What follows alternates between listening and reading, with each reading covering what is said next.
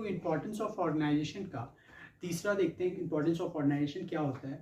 कैसे तीसरा है इसका optimum utilisation of resources. Optimum utilisation of resources का मतलब ये होता है अपना पूरा रिसोर्सेज का एफिशिएंट मैनर में यूटिलाइज किया जाए, कोई भी वेस्टेज ना हो, उसी को हम लोग ऑप्टिमम यूटिलाइजेशन ऑफ रिसोर्सेज कहते हैं।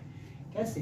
Under this process the organisation the entire work is divided into a various small parts. There is a optimum utilisation of all the available resources. हर काम को एक स्मॉल पार्ट्स में हम लोग बांट देते हैं, मतलब डिवाइड कर देते हैं, ये काम ये पर्सन करेगा और उसका पूरा तरीका से रिसोर्सेज का हम लोग यूज करते हैं, कोई चीज का हम लोग वेस्टेज नहीं करते। इसी को कहते हैं ऑप्टिमम यूटिलाइजेशन ऑफ रिसोर्सेज।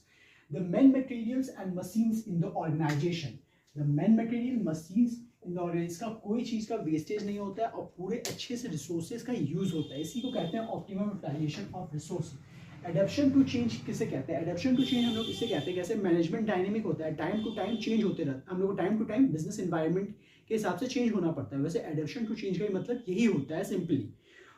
तो the process of an organisation allows a business enterprises to accommodate with the changes in the business environment. Changes से हम लोग इजिली टाइम टू टाइम हम लोग डायनेमिक चेंजेस, मैनेजमेंट इसलिए डायनेमिक चेंज होता है, कैसे कोई भी चेंजेस आए बिजनेस में हम लोग फट से चेंज अपने आप को उसमें अडॉप्ट कर लें, इसी को कहते हैं एडॉप्शन टू चेंज। अब तीसरा पॉइंट है फिफ्थ पॉइंट है effective administration. Organisation provide a clear cut descriptions, jobs and related duties.